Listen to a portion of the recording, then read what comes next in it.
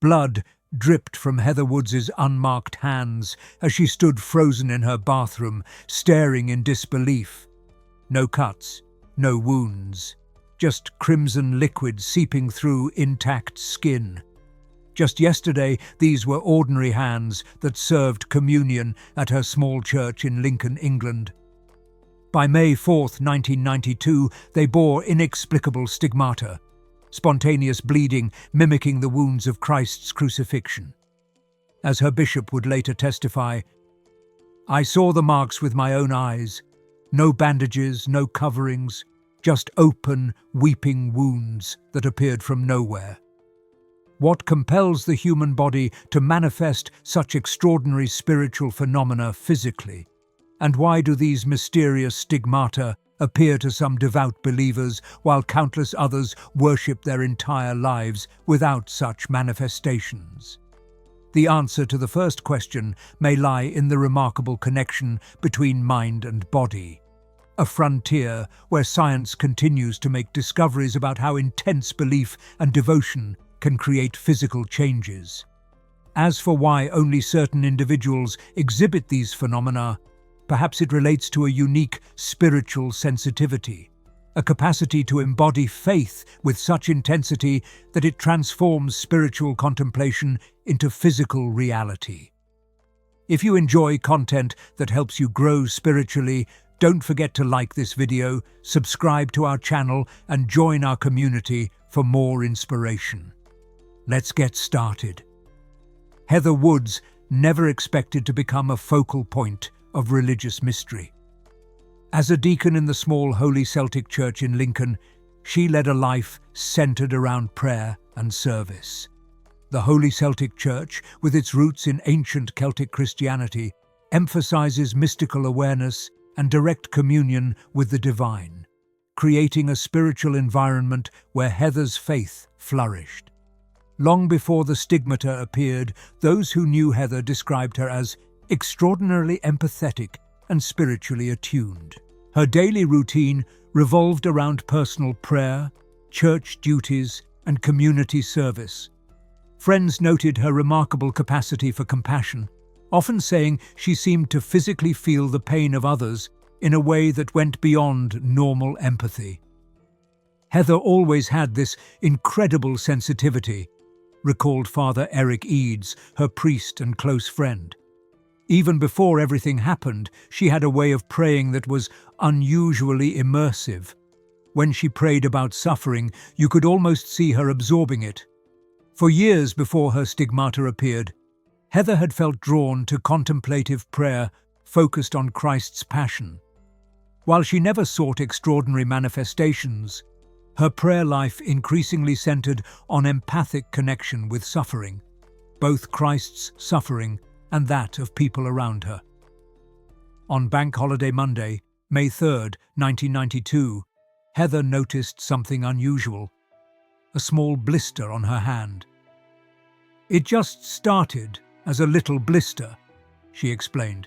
"You know, if you do painting or you're writing for a long time. And I just noticed it and I thought, oh, I wonder what I've done to get that." We all have moments when something unexpected appears in our lives, a small sign that seems insignificant at first glance. Like Heather's blister, these small beginnings can be the first whispers of something miraculous unfolding. This is exactly what The Secret of Jesus' Apparitions offers, a path to clarity and peace through his revelations. This ebook goes into his prophecies and offers insight into what lies ahead. It's available for free in the pinned comment. Grab it now, before the edition's gone. Initially dismissing it as a minor irritation, she showed it to a friend but thought nothing more of it. Yet within 24 hours, another blister formed on her other hand. By the third day, blisters had appeared on both the palms and backs of her hands and had begun to weep a clear fluid. Concerned, she showed these unusual marks to Father Eric. With his background in religious history, he recognized the potential significance immediately and explained to her that these might be stigmata, the physical wounds corresponding to those of Jesus Christ during crucifixion. And he explained that, Heather recalled. And I said, "Oh dear, what's going to happen? You know, why me? I suppose the question we always ask."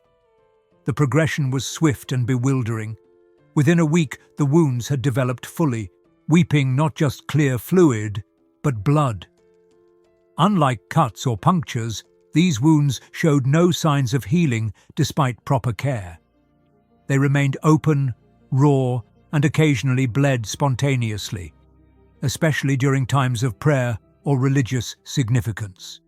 While the most visible wounds appeared on Heather's hands, they weren't the only manifestations. As weeks passed, additional wounds appeared on her feet, corresponding to the locations where nails would have pierced during crucifixion. A wound also formed on her side, similar to where a Roman spear would have pierced Christ's body, according to biblical accounts.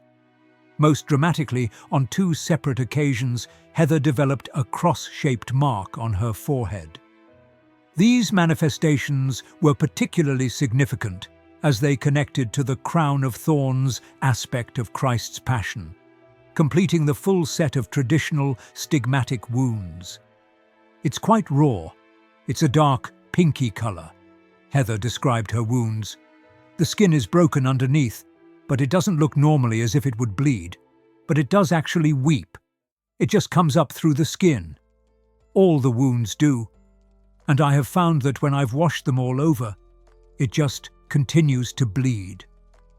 The timing of the bleeding episodes proved particularly significant.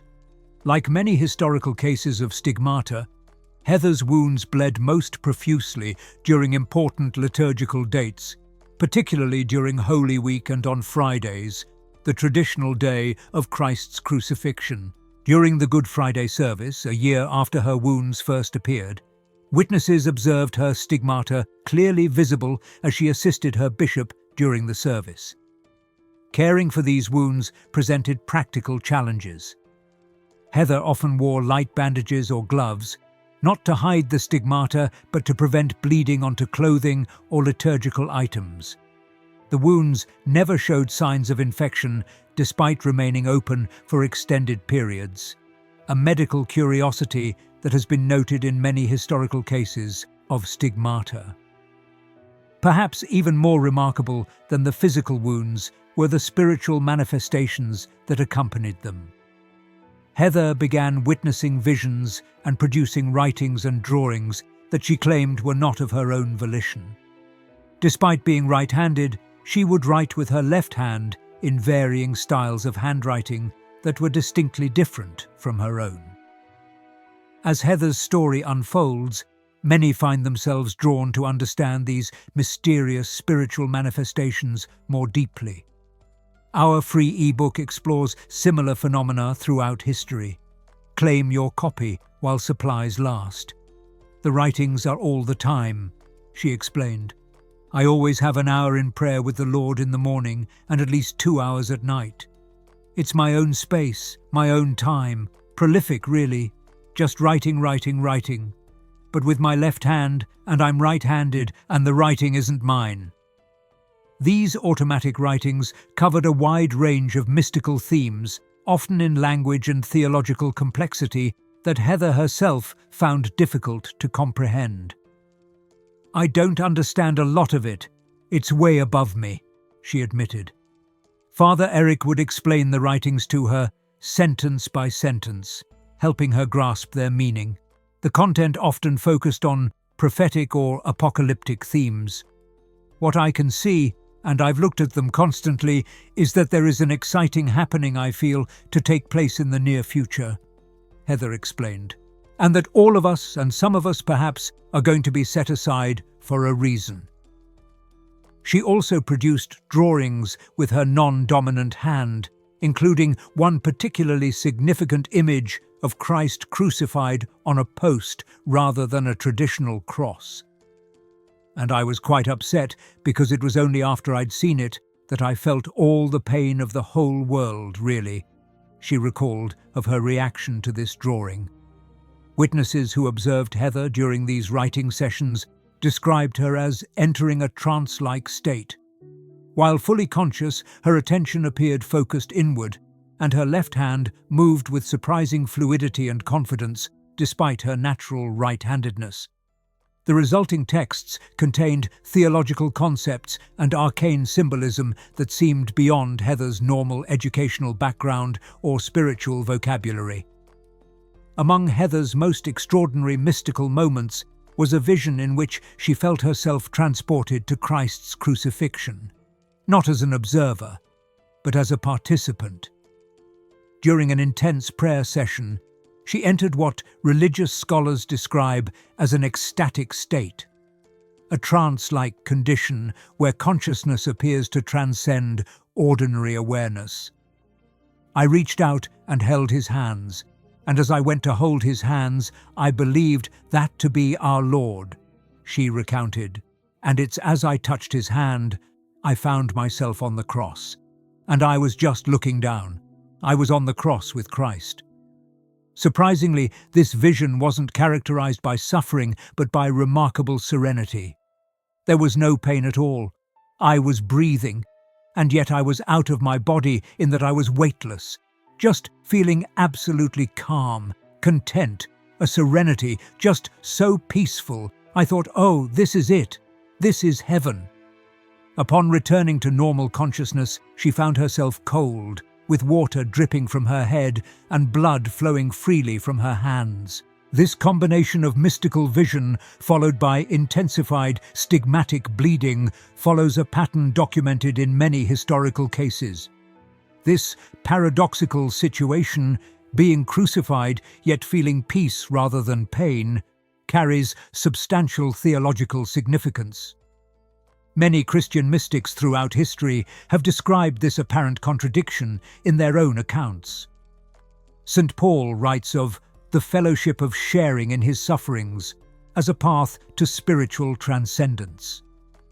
Heather's account echoes this theological tradition, wherein intense identification with Christ's suffering paradoxically leads to extraordinary peace. Skepticism is natural when encountering claims of stigmata. Throughout history, cases of fraudulent stigmatics have been exposed, making medical verification crucial. Heather's case received attention from medical professionals, most notably her general practitioner, Dr. S.K. Banya. Many who witness accounts like Heather's feel called to explore the boundary between physical and spiritual reality. Our free ebook awaits in the pinned comment.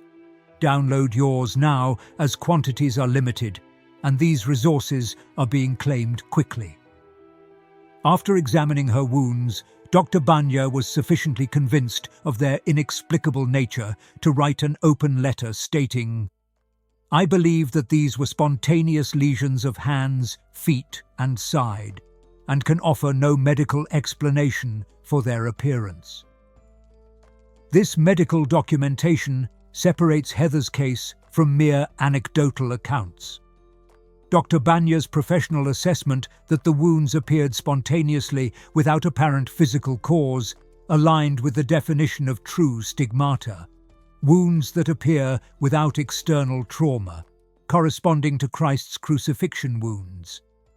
What made Dr. Banya's testimony particularly compelling was his initial skepticism. As a medical professional trained to look for natural explanations, he approached Heather's case with appropriate scientific caution. He examined the wounds multiple times over weeks, observing their unusual characteristics. The way they would spontaneously open and weep blood without obvious triggers, their resistance to normal healing processes, and their absence of infection despite remaining open. Heather's experience exists within a larger historical context of stigmatics throughout Christian history. St. Francis of Assisi, who lived in the 13th century, is widely recognized as the first undisputed case of stigmata. Since then, approximately 300 cases have been considered genuine by religious authorities. Women have predominated among documented stigmatics, with Heather following in the tradition of female mystics like Catherine of Siena, Gemma Galgani, and Therese Neumann. This gender imbalance has prompted various theories from both religious and scientific perspectives about why women might be more susceptible to this phenomenon. Interestingly, stigmata as a phenomenon didn't appear in the first 100-200 years of Christianity. Scholars note that it emerged concurrently with changes in religious art that began depicting Christ's crucifixion with greater emphasis on his physical suffering and blood. This correlation raises questions about the relationship between cultural imagery, religious devotion, and physical manifestation. What distinguishes modern cases like Heather's from historical precedents is the level of medical documentation and scrutiny available. While medieval accounts rely primarily on eyewitness testimonies, contemporary cases can be examined through medical science, photography, and video recording. Modern medicine offers several potential explanations for stigmatic phenomena. Psychogenic purpura, a condition where emotional stress causes bruising without physical trauma, represents one possible mechanism. Studies at the University Hospitals of Cleveland, Ohio, have documented cases where patients under severe stress developed spontaneous bruising. More specific to stigmata is the documented power of the mind to produce precise wounds through intense concentration or hypnotic suggestion. The case of Dr. Lechler's German psychiatric patient in the 1930s demonstrates this possibility. Under hypnosis, when asked to mentally relive Christ's passion, the patient developed bleeding wounds on the hands and feet. Some researchers suggest that stigmatics may unconsciously enter self-hypnotic states during deep prayer, essentially programming their bodies to produce the wounds they contemplate so intensely. This would explain why stigmatic wounds often match the crucifixion imagery most familiar to the individual rather than historically accurate crucifixion methods. None of these scientific perspectives necessarily contradicts religious interpretations. Many theologians and believers suggest that God may work through natural psychological and physiological mechanisms rather than suspending natural laws. Psychoneuroimmunology, the study of how psychological processes influence physical health through the nervous and immune systems, offers another framework for understanding stigmata. This field has documented how mental states can affect inflammation, wound healing, and even specific tissue responses. The intense focus of stigmatics on Christ's wounds may potentially activate psychosomatic pathways that manifest physically in corresponding body locations. Stories of divine manifestation like Heather's invite us to contemplate the mysteries beyond ordinary understanding. Continue your discovery with our free ebook in the pinned comment. Only a few remain available for download. For Heather and those who witnessed her condition, the stigmata carried immense spiritual significance, regardless of their physiological mechanism. The wounds represented a tangible connection to Christ's suffering and sacrifice, a living embodiment of Paul's words in Galatians 2:20. I have been crucified with Christ, and I no longer live, but Christ lives in me. Unlike some stigmatics who interpreted their wounds as signs of divine punishment or impending apocalypse, Heather viewed her condition through a lens of compassion and connection. Her automatic writings emphasized love rather than judgment, focusing on being set aside for a reason to help others rather than prophesying doom. Father Eric noted that Heather's stigmata had a powerful effect on those who witnessed it. It's an outward visible sign that miracles are not a thing in the past. They still do happen. It's showing that Jesus is moving among us and in our midst. Yet unlike some stigmatics who became centers of cult-like devotion, Heather maintained a humble approach to her situation. She continued her service as a deacon, never seeking publicity or special treatment despite her extraordinary condition. In theological terms, Heather's situation connects to the concept of redemptive suffering, the idea that human suffering can participate in Christ's redemptive work when united with his sacrifice. This concept appears throughout Christian mystical tradition, from Julian of Norwich to Saint Thérèse of Lisieux. The documentary notes that both Heather Woods and Bishop Eric Eads passed away before filming was completed.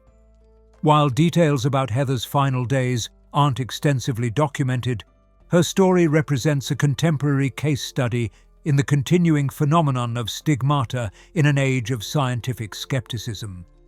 Her legacy persists through those whose faith was deepened by witnessing her experience. Unlike historical stigmatics known only through ancient accounts, Heather's case occurred in modern times, with medical documentation and multiple witnesses providing a more verifiable record than earlier cases. In her final months, those close to Heather reported that her wounds intensified rather than diminished. Yet, paradoxically, witnesses described her as radiating increasing peace and serenity despite her physical condition. This trend of getting worse physical symptoms while spiritual peace grows is similar to what other stigmatics have said in the past. The Holy Celtic Church community continues to honour Heather's memory not primarily as a stigmatic, but as a devoted servant who embodied compassion. Her writings remain a source of spiritual reflection for those who knew her, studied by a small circle who find in them insights into mystical theology and contemplative practice. What ultimately caused Heather Woods' stigmata? The question remains open to interpretation. Medical science offers compelling theories about psychosomatic phenomena, while religious perspectives see divine meaning in her condition. Perhaps the most remarkable aspect of Heather's story isn't the wounds themselves, but what they represent. The capacity for belief to manifest physically, the intensity of empathic connection possible in religious devotion, and the enduring human yearning to physically participate in the sacred narratives that give meaning to existence. In Heather's own words, "I was on the cross with Christ. There was no pain at all. Just feeling absolutely calm, content, a serenity just so peaceful." Whether viewed through the lens of faith or science, her story speaks to the extraordinary capabilities of human consciousness and the transformative effects of spiritual devotion. If these insights resonate with you, please like, subscribe, and share your thoughts below. Your super thanks support helps us create more content like this. Join our community and stay connected. Her account invites us not to choose definitively between scientific and spiritual interpretations, but to consider how they might coexist, how the intricate mysteries of consciousness, faith, and physical embodiment continue to challenge our understanding of what it means to be fully human. In a world increasingly dominated by materialism and empirical evidence, cases like Heather's serve as powerful reminders of phenomena that transcend simple categories. They challenge us to remain open to mystery, to acknowledge the limitations of our current understanding, and to approach with humility the intricate connections between body, mind, and spirit that continue to manifest in unexpected and extraordinary ways.